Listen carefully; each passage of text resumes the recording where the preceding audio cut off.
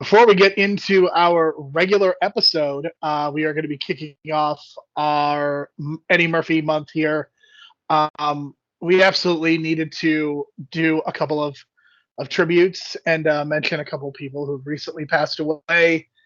We did not mention the passing of David Lynch, and I think part of it is because I'm not speaking for Brian, but I'm not the biggest David Lynch fan, and it would just be really awkward to talk about him for a few minutes just because none of his movies have really resonated with me. I think that he is undoubtedly an extremely powerful figure, and he has undoubtedly had a major influence on the way movies are made and even television shows. He is undoubtedly very popular with a certain element of film Twitter. And look, I'm extremely glad he exists. And his cameo at the end of Meeting the Fablemans was pretty great, but it just didn't feel right to tribute to have a tribute for him because again, like I said, not the biggest fan of his work. So it was just really tough. Brian, anything to add? I'm a really big fan of Blue Velvet, but Dune is another one I like only because I love the visuals of it. But I know that the script has just been chopped to pieces and it's been this horror story for David Lynch. But other than that, like I thought like stuff like Lost Highway was kind of like over my head. A lot of his stuff kind of goes over my head, but something about Blue Velvet just really stuck out with me because that's probably his more traditional storyline movie. The kind of the murder mystery. He finds the toe or whatever in the backyard, or not the toe, but the finger or whatever it was, and the mystery goes from there. So I think Blue Velvet kind of really sticks out the most for me. I don't think it's this incredible classic, but I think it's a great murder mystery. But other than that, like David Lynch doesn't again really stick with me because he kind of goes over my head. That's not his fault. It's just he's kind of like a stubborn director, and that's what he was known for. And you can hear these stories about him on set yelling at people. Like there's that one infamous clip that goes around like, "Why do we need to trim the fucking shot? Let's just give the fucking shot the time it fucking needs. God damn it!" And that's David Lynch. So more power to him. Rest in power. But man, like he was a stubborn director that always got his way or tried to get his way, and more power to him for that. Undoubtedly, somebody that will be missed. Incredibly, it feels like I have more of a connection to somebody who is probably far less well known in the film business. That would be Michelle Trachtenberg. For me, Michelle Trachtenberg is Dawn from Buffy the Vampire Slayer. She is also Harriet from Harriet the Spy. She was also in Pete and Pete, and Gossip Girl, as well. And the tragedy of her death is that she passed away at the age of 39 and had to deal with so much trauma that we know of from Joss Whedon to the point where Joss Whedon wasn't allowed to be in the same room with her. And we will ultimately never know her true cause of death because the family, they just want their privacy respected, and that is totally understandable, totally reasonable.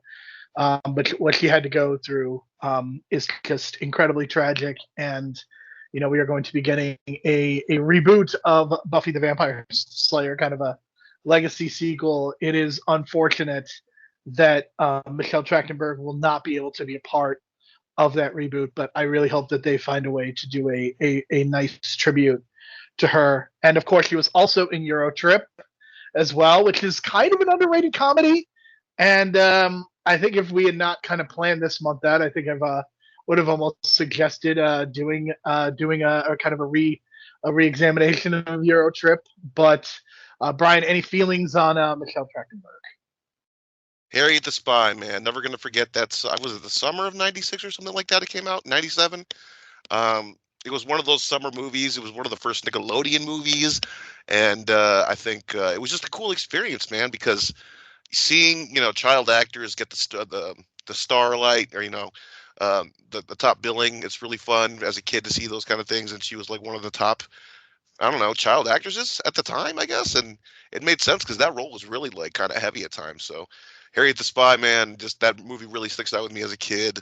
Taught me a lot about responsibility as a kid and not to like rat out people or insult people behind their back kind of thing and write these nasty things about them. So that's kind of the life lesson of that movie. But that's kind of what I remember for. I didn't really watch Buffy the Vampire Slayer too much. I watched the first season, and that was kind of it for me.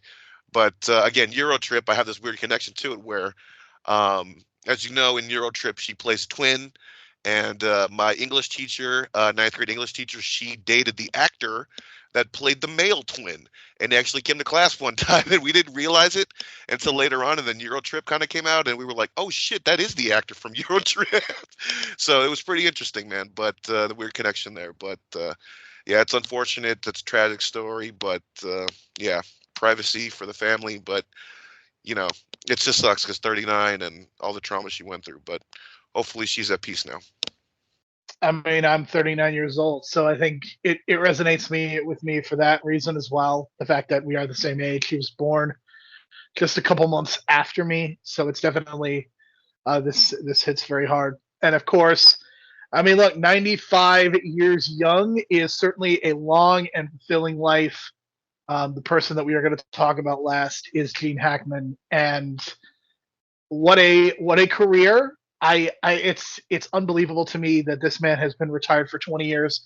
There is an entire generation of people that have not seen a Gene Hackman movie or were around and cognizant enough to know that he was an actor. And he got to spend 20 years in retirement. You know, basically after Welcome to Mooseport, he decided that he had had enough and he went to go live in New Mexico. And I don't really want, I certainly don't want to get into any potential, controversy with how his life ended. But the fact that he got to live 20 years kind of away from the limelight, with the exception of a few voiceovers, and just living seemingly peacefully with his wife and his dogs.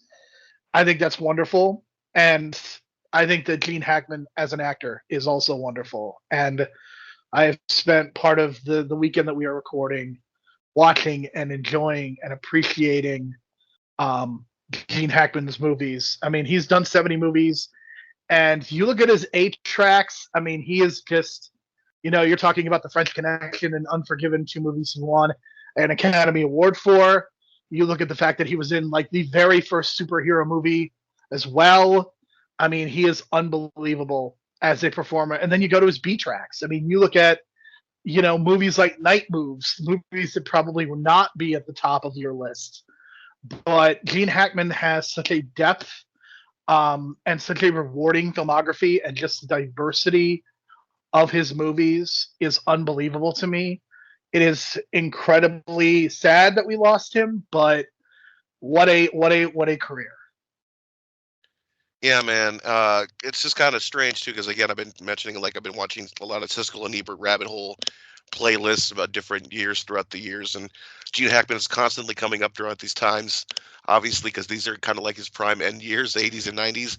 And it made me kind of want to go back and watch some old stuff that I haven't seen. Like there's this movie called Loose Cannons on Tubi that's got a really bad rating, but it's got a Dan Aykroyd in it, and they're cops, so it's just like it can't be that bad, can it? So it's got me curious. It's finally got me interested in watching Mississippi Burning because I kind of, I've known about the movie. I never really want to watch the movie, but then after watching the review and then about his passing and then kind of going back and seeing it was like a Willem Dafoe co-starring role as well. So I might actually check out Mississippi Burning. I heard that's really, really intense racial drama, and Gene Hackman apparently knocks it out of the park along with his co-stars. So I'm interested in some of his older movies that I haven't seen now, and I might check them out. I'm not gonna watch Welcome to Mooseport, that's for sure. But I mean, his career is legendary, and he went out on his own terms, so that's really, that's quite admirable. Because we know some actors are just gonna be acting until they die, or directing until they die, like Clint Eastwood or Dick Van Dyke. If you ask Dick Van Dyke right now to do something for Disney, he'd probably do it in a heartbeat. But Gene Hackman just kind of chose to, kind of wrap it up earlier. And good for him, because I think he was probably a little fed up, probably too. He's been in the system for like 40 years at that point, the Hollywood system. He'd had his run, he had his top billing run, and he went out his way. And it's kind of unfortunate if you're going to read the story as to what happened, because we all know losing a dog as well is also a heartbreaking thing, and apparently the dog died. Incredibly so. Yeah, so our condolences. It's unfortunate, but 95. As Kevin Smith would say, it's a big bucket of win. So, what I want to say about Gene Hackman, I don't want this to be seen as saying something negative against the legendary performers that I'm about to mention. But when I was thinking about Gene Hackman as a performer. And I'm thinking about, the Jack Nicholsons, the Al Pacinos, the Robert De Niros, three unbelievable performers in their own right, all Academy Award winners multiple times. Not Pacino, I should say, incredibly not Pacino, not winning multiple Academy Awards. But you look at those three guys, and at a certain point, those three individuals almost feel like they became parodies of themselves. Pacino with the hoo-has and Scent of a Woman, and just kind of going off the deep end. Jack Nicholson just becoming Jack with a capital J, and just having this persona that carried him for the final 20, 30 years of his career. And even De Niro, I think, has kind of become a parody of himself in so many ways, even though I think he has definitely turned in strong performances in something like Killers of the Flower Moon. But it just seems like those three guys developed this persona and were able to rely on that persona. And Gene Hackman never became a persona. He never became the guy that you could just expect to give the Jack Nicholson performance or the Al Pacino performance. But he was somebody that was so incredibly unique. And even in movies like Superman 4 and The Replacements, he elevated those movies. I have never seen a bad Gene Hackman performance, even if the movie wasn't good, which Superman 4 is in the pile of shame for a reason. It is not because of Gene Hackman. And I think that is one of the great tributes that we could say about somebody, is that you literally elevated every single thing that he was in, and he never became a parody of himself. And he is somebody that should be long remembered as one of the greatest American actors of all time. Yeah, I would say 1995, man. That was probably one of his last great years. Get Shorty and The Quick and the Dead. We've reviewed The Quick and the Dead, and and Crimson Tide, Okay, and Crimson Tide. Yeah, but Crimson Tide's kind of whatever. It's kind of that movie.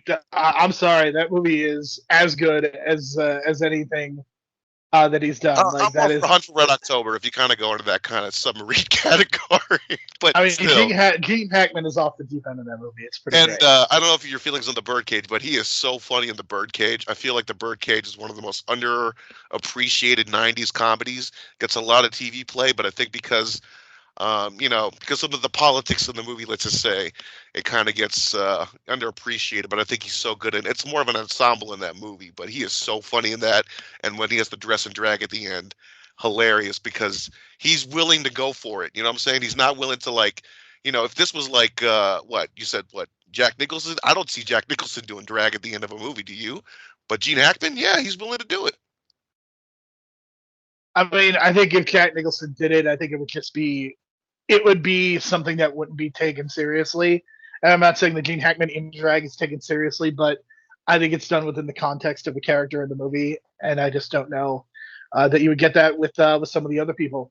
I'm glad that you didn't mention Al Pacino in drag, because if you remember one of the movies that he starred in with Adam Sandler, which we don't need to talk about, but that is what we have to say about David Lynch, an unbelievable director.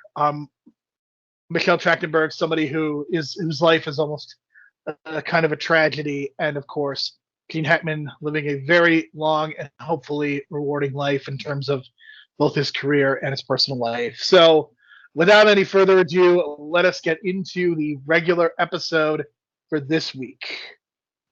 Do you know this man? He's the star of Saturday Night Live. He's been called hilarious by the critics, and he's just made his motion picture debut in 48 hours. His name is Eddie Murphy. I'd like something to drink, preferably some vodka. We best have a Black Russian. No, you already said Black Russian. That's a funny joke. I get it. Nick Nolte, Eddie Murphy, 48 hours. Rated R. Third smash week at these fine theaters. Hello, everyone, and welcome back to the Not Content Podcast as part of the From the Q Podcasting Network. My name is Jerome Cuson, and as always, we are here to discuss movies and TV. Last month, it was all about Robert Altman. This time, we are going to be celebrating the month of March, not with a tournament theme, but we will be talking about Eddie Murphy. Brian is going to talk a little bit more about that in a second. Make sure to follow me on Blue Sky at Jerome C1985. Please leave a 4 or 5 star review on Spotify and Apple to get the algorithms going. Please like and subscribe on YouTube. Click the bell icon for notifications for every new episode. Here tonight, we are going to be discussing Eddie Murphy's very first major movie, another Walter Hill joint, as we are discussing 48 Hours. Brian, this is your suggestion for this month, as we are going to be discussing Eddie Murphy. And fittingly, Eddie Murphy been in the news pretty recently because he is one of the people that really stole the show at the Saturday Night Live 50th anniversary special, as he was in two very notable sketches, including one where he was playing Tracy Morgan with Tracy Morgan standing right next to him. And in the other one, he got to play alongside Will Ferrell, probably two of the greatest Saturday Night Live cast members in terms of talent ever. So pretty notable that Eddie Murphy making headlines just as we are about to discuss him here on the Not Content Podcast. Well, I tried, Jerome. Maybe I try subconsciously sometimes with these dates that I kind of line up for the podcast, but it all kind of worked out, I guess. But the reason I, picked Martian with Murphy month is because I've been kind of wanting to discuss 48 Hours for a long time on this podcast. We couldn't quite fit it in the Walter Hill month because I felt like if we do 48 Hours, we got to do like an all Eddie Murphy month. So we kind of planned it out that way. Last year we did the Walter Hill month. This year we're going to talk about Eddie Murphy. 48 Hours, man. The first big Eddie Murphy movie. And he's not even in until the first 20 minutes, folks. And he just takes over. This movie's 93 minutes. And as soon as he comes in, it just elevates the movie to a whole nother level. Like the movie before Eddie Murphy steps on screen is about a 7. And then it slowly ticks up to about an 8 right when he comes on screen. And this whole dynamic just between him and Nick Nolte is so legendary that people, like, I've seen like so many comments on YouTube clips of this movie. It's astonishing, and it goes way beyond the sequel, and you can tell like the sequel is kind of like forgotten almost, or like forgotten out of people's memory just to kind of like cherish the memory of the first one. And I gotta say that this 48 Hours movie, like second time around watching it in less than 6 months, it's an experience, man, because it's like this great visual aesthetic of San Francisco, and at the beginning of this nice aesthetic of like this almost like 60s kind of background of like a chain gang kind of thing with like shout outs to like Paul Newman and all those different chain gang movies, Sidney Poitier. It kind of has that look, and then all of a sudden it jumps to like current time all of a sudden. But man, I love the visual at the beginning, love the visuals of San Francisco, the way it's lit at night. And of course, me and Jerome have this love for 80s saxophone music, and this soundtrack is all 80s sax, up and down, mixed with that reggae sound that kind of, you took note of it too. Like Commando almost has the same musical cues. There's a very specific musical cue that sounds exactly like Commando. There's a car chase about halfway into this movie, maybe a little bit more than halfway. Feels like it's basically the same music as Commando, and that is because it is the same composer, James Horner. And I believe the same producer, I believe Joel Silver, is the producer of this movie and eventually went on to become the producer of Commando. Some actors are also the same. But yeah, that's very notable. For sure. And I think this movie, I mean, not only was it just a big, box office success, but this literally carried Eddie Murphy to the next level, because he did a movie with Dudley Moore around the same time that was totally like shit on by the critics. I forget the title, but even Eddie Murphy like makes fun of it on like his public appearances around this time, saying that 48 Hours is really just truly his breakout movie, and the one he did with Dudley Moore was like so bad and forgettable. So I'm always kind of curious. I might look back and check that out because I think it's on Tubi. I forget the title again, but man, that's one of those bad movies of the 80s you hear about, and then it kind of almost cost Eddie Murphy his whole career because it was so bad. But luckily, he bounced back right after that immediately, and I think Walter Hill is the perfect guy to do that, because Walter Hill, man, we've talked about it, but his visual style is so good. Whatever like the project he's on, he focuses in and hones in on like the visual stylings. Maybe not his 90s movies, we can talk about it another time, but definitely in the 70s and 80s, Walter Hill had this visual style that just works so well. And I thought at times in this movie, like maybe there was too many shots of the hills and stuff because it's San Francisco, but the way he shoots it with the sunset and the sunrise and all that kind of thing going on in the background, and the way that the lights are like still neon lights from the 80s, and how that just pops in on a 35 millimeter film, it all looked great, man. Especially like, we can talk about it in a bit, but the bar scene is so good, not just because of the way Eddie Murphy dominates the scene, but I love the look of the bar because it's so like uniquely styled, right? Because we saw that in Streets of Fire, where like you go to this particular bar in a particular town and it's catered to the people of that town. So he goes to this country bar, and later on we go to like a black bar, and it's a completely different look and vibe. And I like that contrast. You get to see the two sides of town practically in the two different clubs. So these little things in the movie that also coincide with like the chemistry going on. And the fact that I guess, look, I'm going to say it straight up. I think Nick Nolte's a racist in this movie, and he says he's not a racist. I mean, he doing literally his calls job. Eddie Murphy the N-word to his face, so you don't need to say. I don't think that is a hot take. I mean, he is definitely racist, and I don't think that in 2025 you could have a character be a protagonist and act the way that Nick Nolte does, because I mean, he flat out crosses the line multiple times. So here's what I want to know: did Walter Hill get high in his own supply? Because like you have to figure, like coming off of this movie, like he's the guy that discovered Eddie Murphy and put him in movies. Like this was kind of his thing and his deal. And I wonder if it affected the casting decisions that he made in Streets of Fire, because let me tell you, the lead of that movie was easily the worst part. And you have to wonder if it wasn't the fact that, you know, Walter Hill is the guy who, again, kind of put Eddie Murphy in this movie. And I'm just wondering if there's a connection there. Well, if it was my decision, as we kind of go back to that review of Streets of Fire, I would have replaced the main dude. And looking back now, I would have replaced him with James Remar, because he's got the look anyway. He's got that facial look, and it would give James Remar an excuse to not to play a heavy, because he's always seemed to play a heavy or a bad guy in everything he does. But that would have been a fresh change of pace, but that would have been my pick. It certainly would have been, it would have been a better choice. I don't know that it would have been perfect, but it definitely would have been better.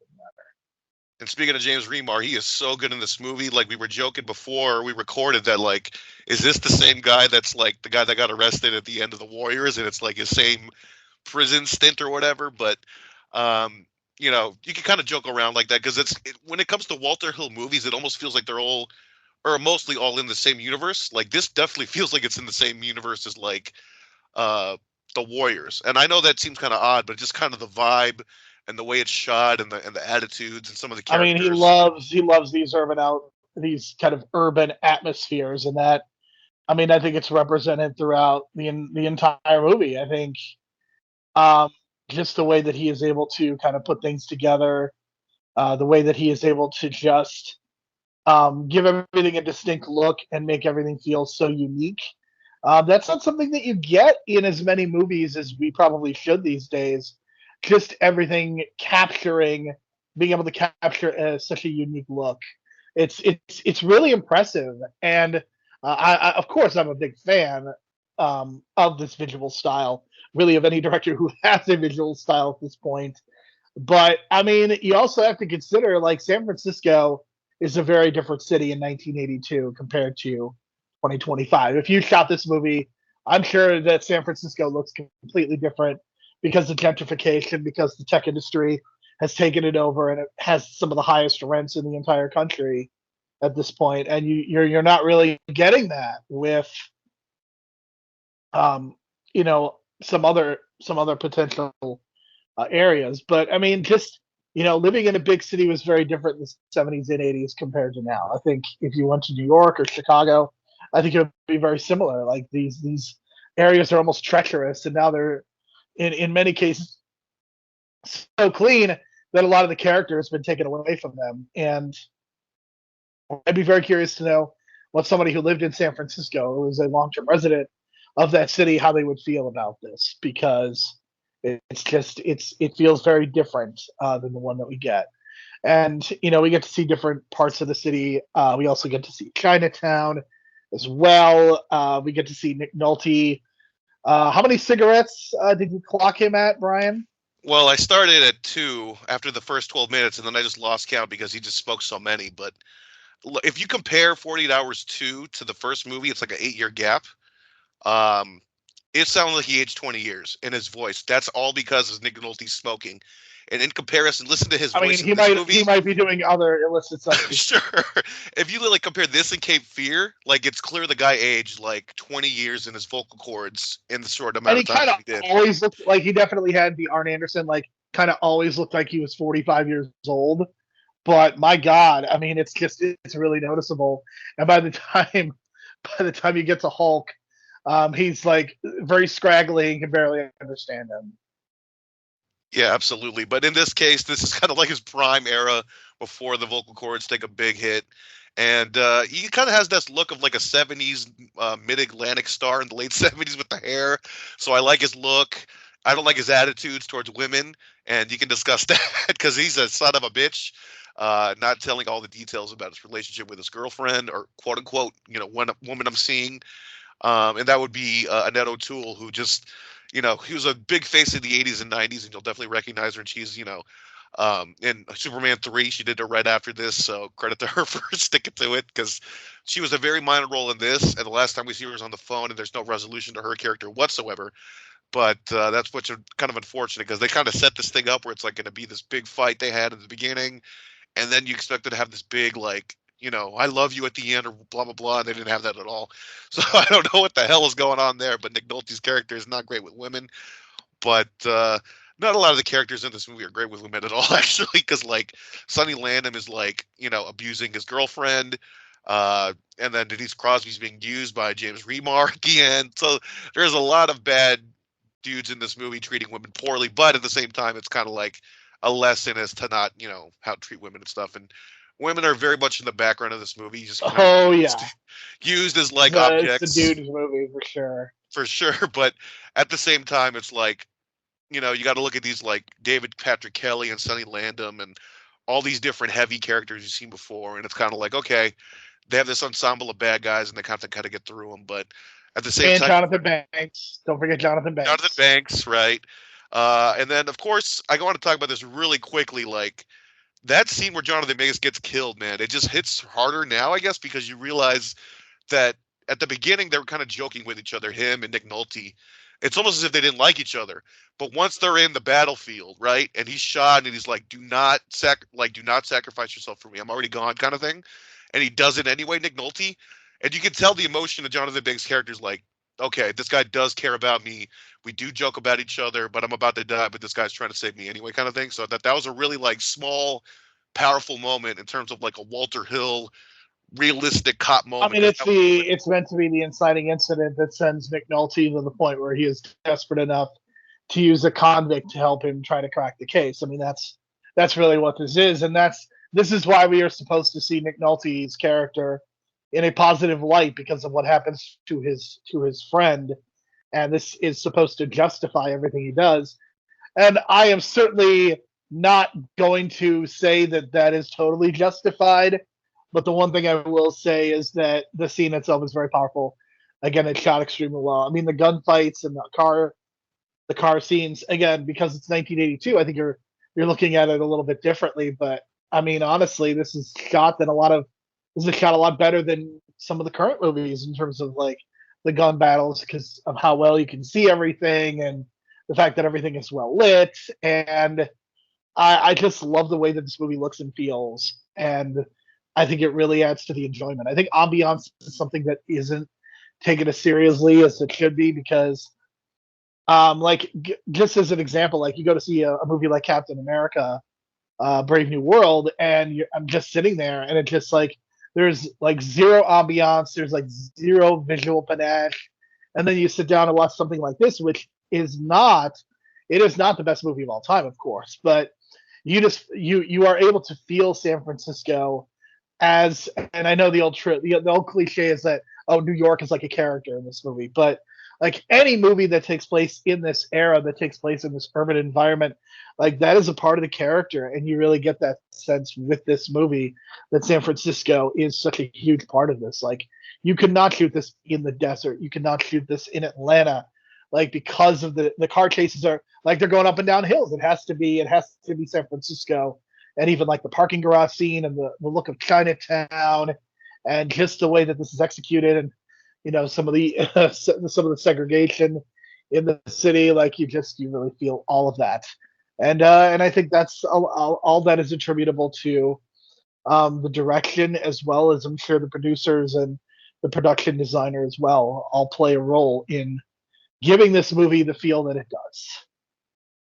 And in terms of like the visuals, like you said, I think Eddie Murphy's suit is like kind of iconic almost, because it's like, I don't know, when I think of Eddie Murphy in the 80s, I don't think of like any other role except this role in his suit. And I know that's kind of like a recency bias, but man, it's like that's such an iconic look at him, and that's in that gray patterned suit. It I think it's so absolutely good. is. Yeah. Yeah. And then one quick note I want to add, like for the folks that have seen the sequel and don't like it like I do, there's a character played by Brian James in this movie called Inspector Ben Kehoe, and he's like the bad guy in the second one, and he's been like this undercover, not undercover, but like he's a cop that's a bad guy that's been a drug dealer, like covering up his tracks the whole time for the last 10, 15 years. And in this movie, you get no sense of that whatsoever. It was just this ultimate retcon because it's almost as if they had no ideas for the second one. So it's like, well, we got Brian James again. Maybe we can just make him a bad guy because he looks like a bad guy anyway and always plays the bad guy. And we talked about it when we talked about the player. So I thought it was a nice connection here. And I was thinking, like, man, little did we know that they were going to set him up to be this terrible villain for the second one that has no, like, look, I mean, if you look at the role in this one, he seems like an honest cop. And when they wrote this movie, they had no intention of making him a bad guy in a sequel 6 years or 8 years later. So I thought that was just kind of like, wow, that's a hell of a retcon. And I know we talk about retcons with Marvel, but that's one hell of a retcon because it just seems so out of nowhere. And it seems like he was just available again, so let's just make him the villain. So that was kind of unfortunate for the second one. The second one has a few moments, has a few jokes here and there, but overall I wouldn't recommend it, other than kind of comparing Nick Nolte's voice and the deterioration of his voice in the 8-year period in between. But overall, I give this movie an 8 out of 10. I think it's just so entertaining, classic. Really quick, do you want to talk about the scene in the bar with the country bar and how incredible that is? I mean, it's a star-making role, and I believe that Walter Hill showed this to Martin Brest, and that is one of the reasons that he got cast in Beverly Hills Cop, was because of his performance in that scene. And I mean, what happens is it's one of the best debuts that you would ever see. And I know that he was in the Dudley Moore movie, but this is really his debut. And I think what makes it so special is the fact that he is able to just go in there, and it feels like he is in complete control, even though he is the only black person in a sea full of not only white people but racist rednecks. I mean, I don't know how this happens in San Francisco, like somebody else. I mean, I have no doubt they're racists in California, but just this very specific brand and the fact that there's Confederate flags everywhere, and the way that Eddie Murphy, like Nick Nolte, gives him permission to act like a cop, which I think is very notable.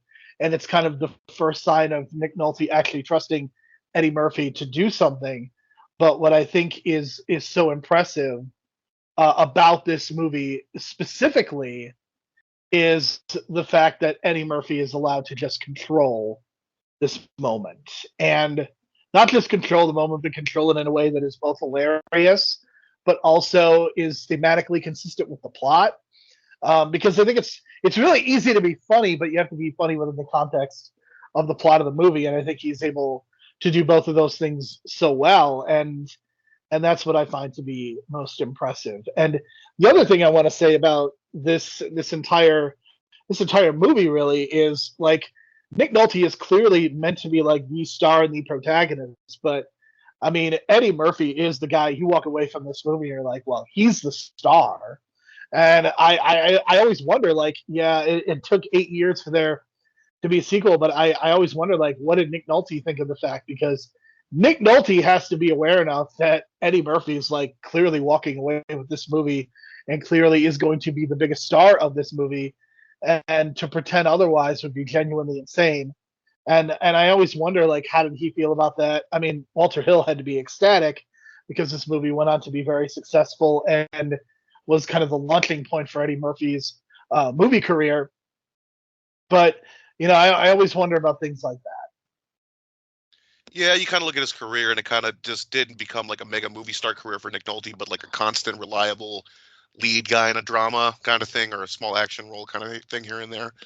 And you kind of look at his early '90s career, because to me that's where like Nick Nolte's kind of like known for his more famous stuff around that era, and you can kind of tell he's kind of settled down from that, and he's playing the more dramatic roles like in Cape Fear or whatever. So overall, 8 out of 10, and yeah, I just think this movie is just a fun watch all around, incredible, and that bar scene is the best. It's like the best Eddie Murphy scene, I think, at least top 3. Oh, So I mean, there's some stuff that he does in the first Beverly Hills Cop that is right up there as well. I don't know that there is as singularly an iconic scene that Eddie Murphy has had. And to me, the other thing that that scene specifically, like Eddie Murphy's one of his biggest strengths is his ability to do sketch comedy, and it's not a sketch per se, but it is in the same kind of ballpark. And I think that's another reason that it's so hugely successful because of the fact that it feels like Eddie Murphy is just kind of in a more serious Saturday Night Live sketch. And Eddie Murphy, again, as I stated earlier, is probably one of the best sketch comedians ever. And if it wasn't for Eddie Murphy on SNL, like we don't get to 50 years because the original cast is there for the first 5 years with Lorne Michaels, and then Lorne Michaels takes off. And they really struggled from 1980 until 1985, and they tried different people. And if it wasn't for Eddie Murphy, pretty much carrying the show as a 19-year-old, a 20-year-old, like that show probably doesn't exist as we stand now. And I don't know that Eddie Murphy will ever get the credit that he deserves for keeping that show, carrying that show on his shoulders, really. And I think it's something that probably needs to be talked about more because, again, there's a lot of great SNL cast members.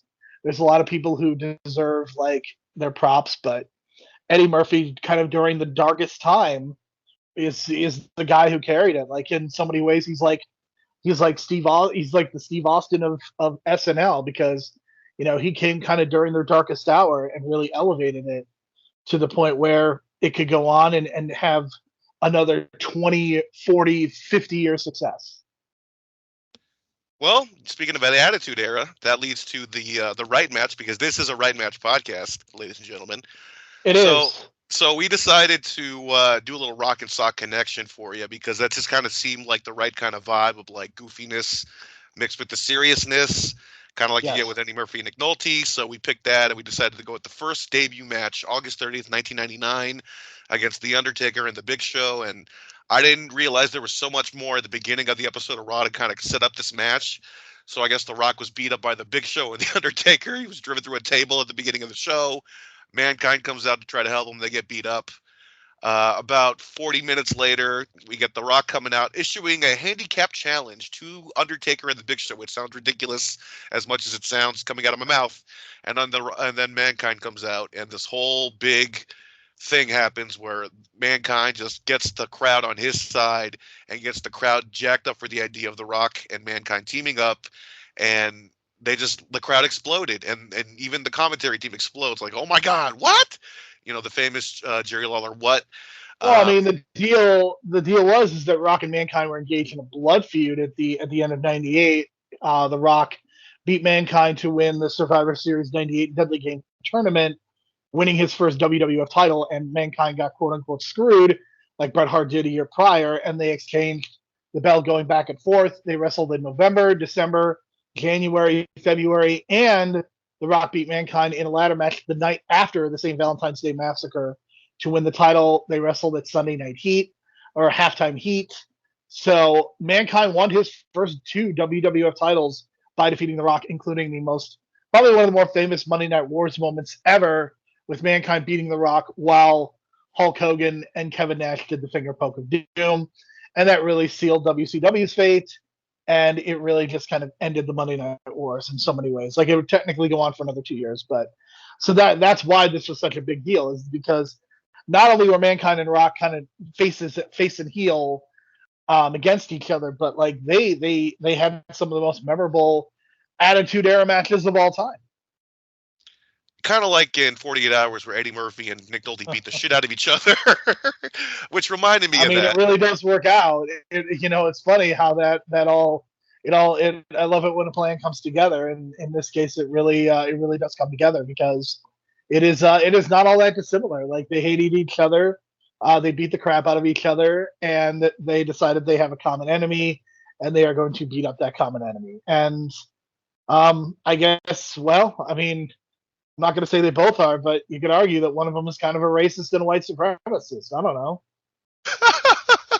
Well, there you go. That's the comparison. We're going to leave it at that for now. But the match itself kind of reflects Undertaker on the way out before he goes to the American Badass. I guess he was injured. Do you know the injury offhand? I mean, he was just generally like beat up. I mean, because very Got it. quickly, Because I mean, you I can think see a him week or limp. two after, The dude's yeah, he limping looks to the place. he looks really bad, and yeah, he was. I know he was struggling pretty bad, and yeah, he would go away from August, and he would not come back until May to interfere in the Rock Triple H Iron Man match. Like 9 months later, this is definitely one of those Undertaker breaks that he would take every so often. In '94, it was because I guess he wanted to have a kid with his wife, and that's why he took 8 months off between the Rumble and SummerSlam. But in this case, it was because he was just really, really injured. And funny enough, he was supposed to be in a six-pack challenge with Unforgiven, and the British Bulldog of all people took his place.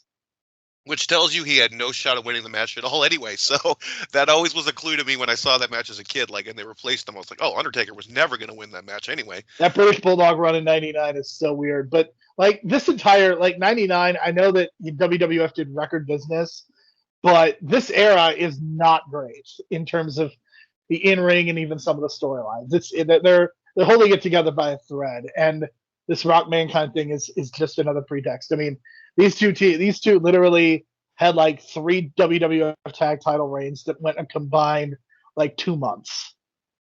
Yeah, I was about to say that too. And looking at the title history and just looking back at this particular era, right before Austin gets hit by the car, and then it's like the first Triple H run. I felt like this was like a slowdown period, like right after SummerSlam, and we had like Jesse Ventura come in, and it felt like this fall to winter period in '99 was kind of like a slow period for me.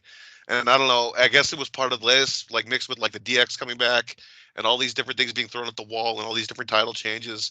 But at the same time, this kind of reflects Vince Russo like on his way out. Like he's about to leave in like October, I think. So this is like a right at the end of Vince Russo's like reign, so to speak, in WWF. And I think the match kind of reflects the Attitude Era itself. I mean, it's got chair shots, it's got JR going crazy, it's got, you know, Jerry Lawler going crazy about Mankind, and Finally, you got there. Hello? Yeah, start again. Okay.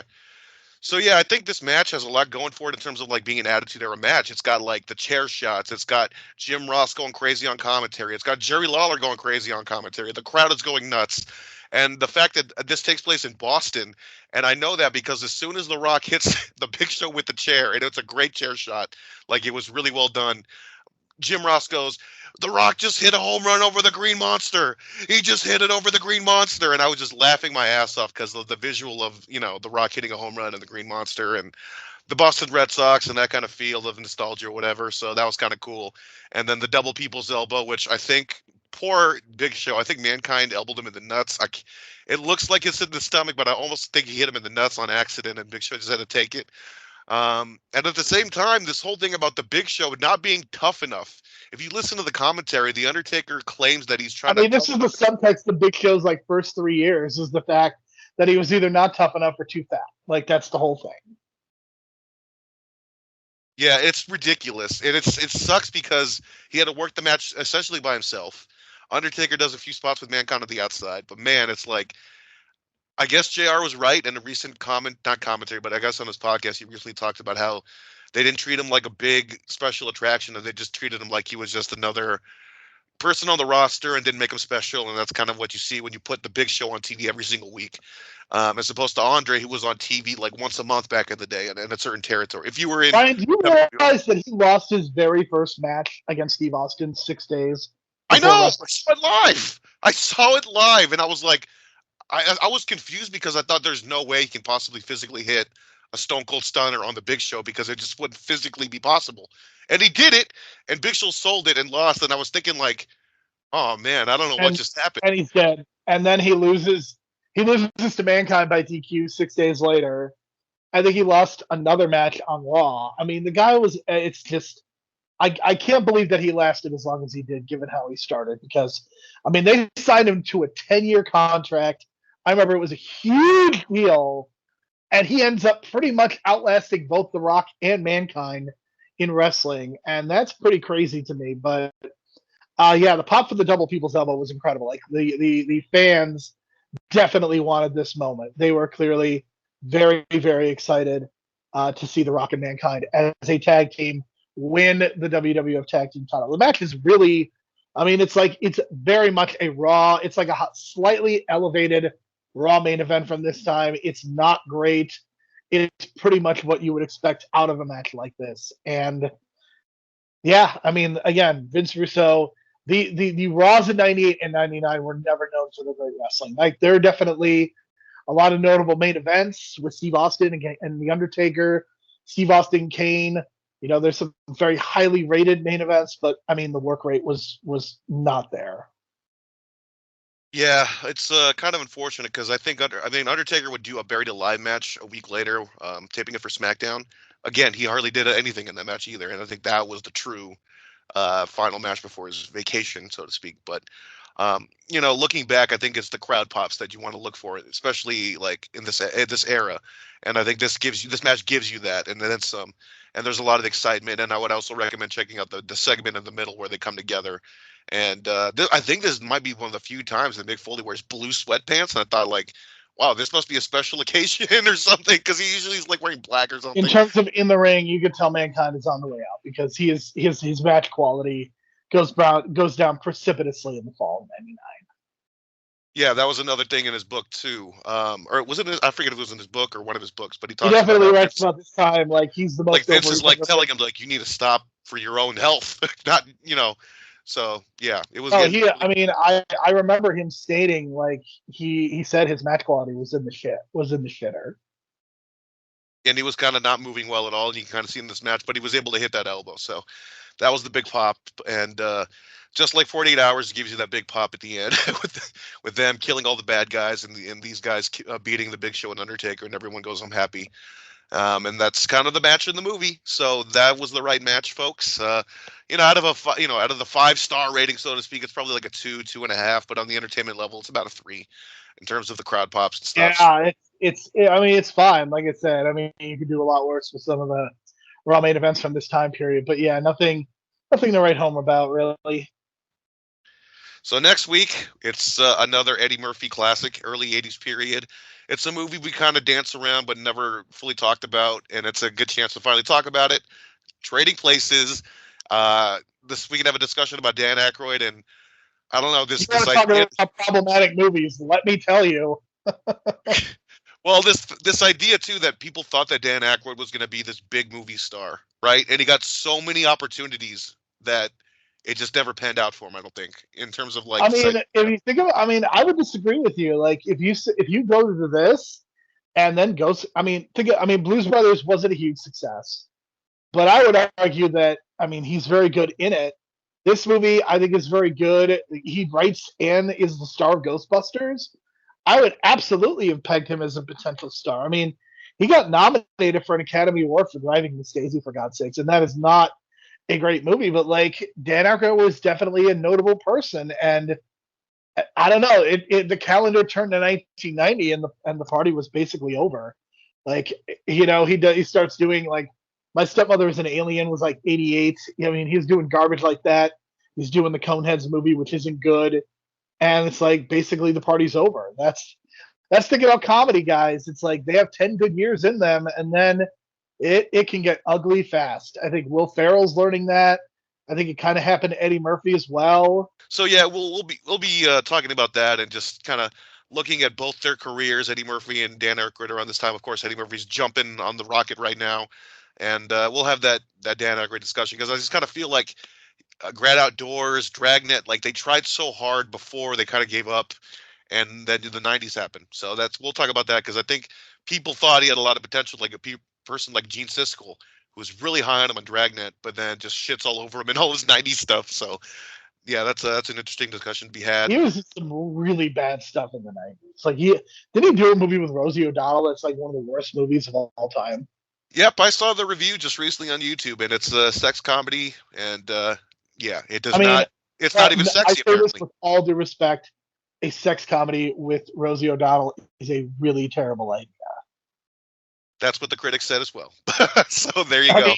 But we're not going to be talking about that. We're not going to be talking about Trapped in Paradise ever on this podcast, other than this moment right now, possibly a moment or two next week. But I'm really excited for Trading Places. Jamie Lee Curtis, of course, is awesome. She just won the Oscar, despite some people not thinking she deserved the Oscar, but she won it anyway. But yeah, we'll be talking about that next week. Thank you for listening, and we'll talk again soon.